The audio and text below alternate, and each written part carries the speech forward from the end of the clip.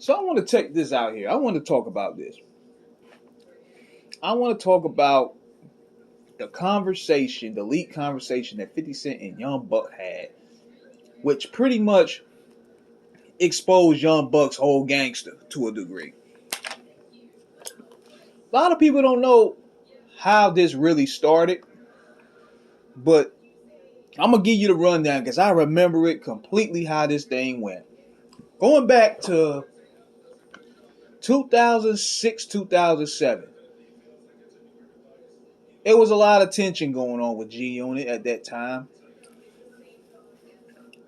I mean, especially when you had 50 Cent going to war with the world, it started putting some people in an uneasy position. You could look at an interview that 50 did when they was talking about Alicia Keys. Yayo and Banks was trying to, be impartial with it. 50 Cent just blah said, I don't like Alicia Keys' fucking music. And 50, and you can look at Yayo's face, they like, damn, we gotta go against her now. Damn, nigga, damn. So 50 beefing with other people and talking shit started putting people under the label under different scrutiny. Like, it was hurting them to build relationships. He basically made G Unit an island on his own to a degree for the way he was going at people. And see, Buck, he saw what happened with Lloyd Banks. Lloyd Banks' album called A Brick. Tony Ayo, even though could be considered a brick, it did pretty good to me. But based off that time, G Unit was hitting home runs. That was seen as a flop, and Gang was taking credit for it. But see, a lot of that really didn't have nothing to do with Gang. See, what happened was 50 started going at people that was considered their favorites. We talk about Fat Joe. We talk about Jadakiss. Jadakiss don't bother nobody. Fat Joe, to a most part, don't really bother nobody. He started going at Nas. Now, let me tell y'all this. This may sound unpopular, but he had a right to go against Nas because Nas started that. Go back to the Central Park joint where he said, F this 50 Cent pop shit. We ain't with that. So he had a legitimate reason. But going at Fat Joe and Jadakiss for no reason other than them doing the song with Jai, that kind of left a lot of people feeling the sort of way. So with that, they started losing a lot of steam. They started losing a lot of support. So then 50 continued doing it. He started going at Lil Wayne. He started baiting Lil Wayne around the time Curtis started to drop. And he started going at T.I. He started going at people in the South. And now Buck, being from the South, he was like, I got to dissociate myself to a degree from 50 from doing this. Because, I got to build me a base. I got to sell records. I seen Banks Brick. I seen the disappointing numbers that Mobb Deep had. I seen the disappointing numbers that Lloyd Banks had. I need all the support I can. I can't let this dude's grudges mess up my momentum for my album. So, at first, I started seeing chinks going on within the relationship. Going back to when Yayo supposedly smacked up Jimmy Henchman's kid.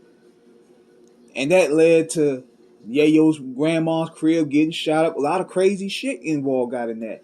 Young Buck got on there on 106 in Park and said, I don't condone that. I don't condone nobody touching no smacking no kids or whatnot. That pissed 50 off. 50 was pissed off right there. So, notice this later on. They probably had a conversation after that. 50 probably had the G check him right there. Because he looked at it like, nigga, why you ain't siding with the unit? We doing it like this. What you doing on going on 106 apart talking this shit for? Then notice this. They came back on Rap City like weeks later.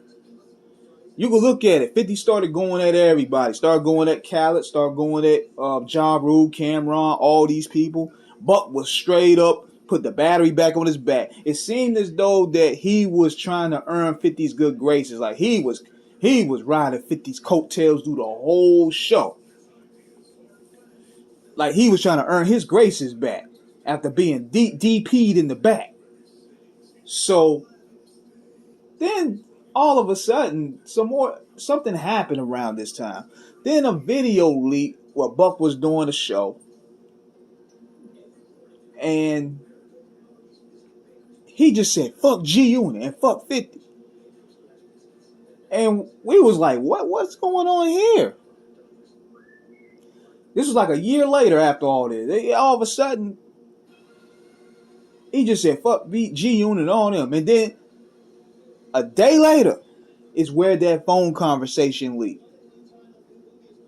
And that where you hear young Buck crying about his taxes, crying to 50 over the phone. And he basically used it as an attempt to destroy his whole image. And that pretty much kicked Buck off the set for years. Now how they went and let bygones be bygones after that, I don't know, because they fell out again after that. It's a real strange occurrence, but it probably was a money deal because 50 still owned a lot of Buck shit, so that's probably why he went back. But that's what really happened. That's the context of what really happened. And I don't know if it really... I still rock with Buck's music. Buck is still hands down the most consistent member of G-Unit, but a lot of people didn't rock with Young Buck after that. But come on, man. If you can listen to these niggas over here wearing mini skirts, they wearing lip gloss and stuff, give Buck some slack, damn it. Give him some slack. But that's the nucleus of this beef right here, man. I just want to give y'all a little heads up for those who don't know and understand what's going on with the context of that and how that really started. But that's how it really started right there. And that's where it's at right now. I don't think they're going to ever be cool again, which is a shame because Buck used to put out so much dope tapes, man. I'm talking about Buck Marley, Buck the World, Case Dismissed, all that shit, man. So let me know what you guys think in the comments. Subscribe, hit the like button, peace.